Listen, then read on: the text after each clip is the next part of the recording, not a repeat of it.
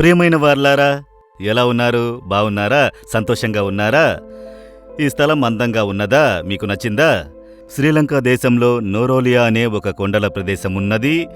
అక్కడ ఉన్న అందమైన ఒక చెరువు ప్రాంతమే ఇది. చూచుటకు చాలా అందముగా ఉన్నది, రమ్యంగా ఉన్నది. చాలామంది ప్రజలు ఇక్కడికి వస్తున్నారు ఈ ప్రకృతి దృశ్యాలను చూసి ఎంజాయ్ చేయుటకు. ఇక్కడ బోటింగ్ చేయుచున్నారు.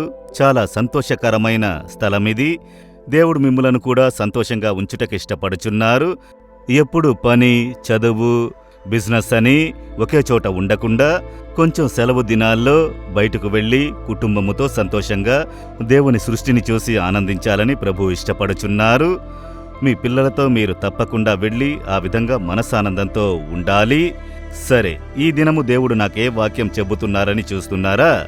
యెహోషువ 3వ అధ్యాయము 7వ వచనము, నేడు వారి కన్నుల ఎదుట నిన్ను గొప్ప చేయ మొదలుపెట్టెదను.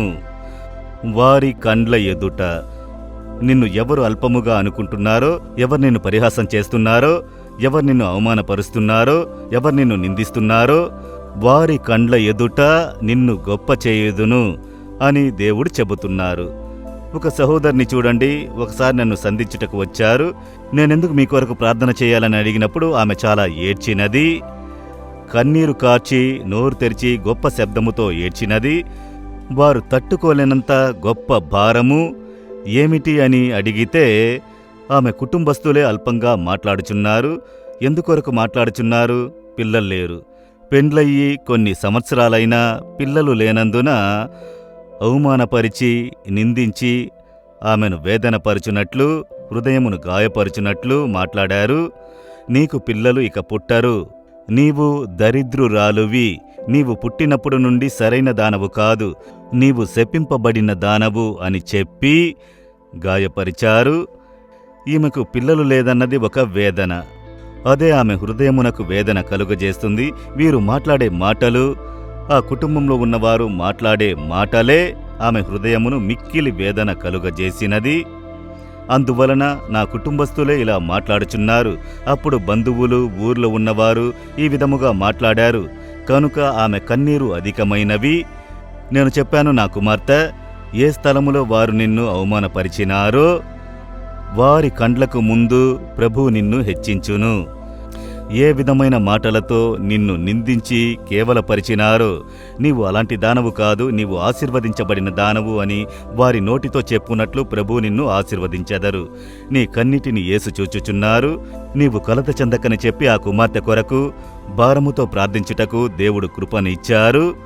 ఆమె కొరకు, ఆ కుమార్తె కొరకు ప్రార్థించినప్పుడు ఒక గొప్ప భారమును దేవుడు కలుగజేశారు. పాపము ఆమె కన్నీటితో, వేదనతో, ఇతరుల మాటలను బట్టి నేను ప్రార్థించి ఆమెను పంపాను. మళ్ళీ 1 సంవత్సరం గడిచినది. దేవుడు చూడండి, ఒక చక్కటి బిడ్డను ఇచ్చి ఆశీర్వదించాడు. అదే కుమార్తె బిడ్డను తీసుకువచ్చి సంతోషంగా చూపించింది. ఎవరు నన్ను అల్పముగా మాట్లాడినారు, కేవలంగా మాట్లాడారు, వారి కండ్లకు ముందు అదే స్థలములో ప్రభువు నన్ను నేను ఆశీర్వదించబడిన దానను అని గ్రహించునట్లు చేశారు. కనుక ఇప్పుడు మాట్లాడిన వారి ముఖం ఎక్కడ పెట్టుకుంటారు? కనుక దయచేసి ఒకరు బాధింపబడి కొరతతో ఉంటే దుఃఖపడునట్లు మాట్లాడకండి, గాయపరుచునట్లు మాట్లాడకండి. మీరు అలా మాట్లాడితే మీరు అవమానం పొందునట్లు ప్రభువు వారిని ఆశీర్వదించెదరు. మీరు అవమానమునకు మధ్య ఉంటే మీరు సిగ్గుపడిపోకుండా తల ఎత్తుకుని నిలబడునట్లు, మిమ్మల్ని అవమానపరిచిన వారు సిగ్గుపడునట్లు ప్రభు మిమ్మల్ని ఆశీర్వదించును. వారి కండ్లకు ముందు నేను నిన్ను హెచ్చించెదను. దేవుడు చెబుతున్నారు. మీరు నివసించే ప్రాంతంలో శ్రమపడుచున్నారా? ఉద్యోగం చేసే స్థలంలో, బిజినెస్ చేసే స్థలములో వీనికి ఏమీ తెలియదు, వీడు సంపాదించడు, చేతికేదీ రాదు, దేనికి పనికిరాడు అని మాట్లాడుచున్నారా? వారి కండ్ల ఎదుట ప్రభు మిమ్ములను గొప్ప చేయును. అదే దేవుని వాగ్దానము. విశ్వసించండి. దేవా, నన్ను గొప్ప చేయుడి, నేను మిమ్ములను మహిమపరచెదనని చెప్పండి. తప్పక మిమ్ములను ఆశీర్వదించెదరు. మిమ్ములను గొప్ప చేయుటకు ఆయన తనను శ్రమపరచుకొనుటకు అప్పగించుకొనెను. సిలువలో శ్రమను అనుభవించారు కదా. ఎన్ని నిందలు, అవమానములు, ఇబ్బందులు, వస్త్రములు లేకుండా ఒక అనాథవలే వ్రేలాడినారు. ఎందుకాయన శ్రమపడాలి? నిన్ను నన్ను హెచ్చించుటకు శ్రమపడిన దేవుడు. ఆయనను చూసి చెప్పండి, యేసయ్యా, నన్ను హెచ్చించుటకు మీరు శ్రమపడి సిలువలో రక్తం చిందించితిరి. ఇప్పుడు నా జీవితంలో మీరిచ్చిన వాగ్దానములు విశ్వసించుచున్నాను. ఇదే స్థలములో ఇదే ప్రజల మధ్య నన్ను హెచ్చించినందుకై స్తోత్రములు స్తోత్రములు స్తోత్రములు. యేసు నామములో ఆమెన్ ఆమెన్.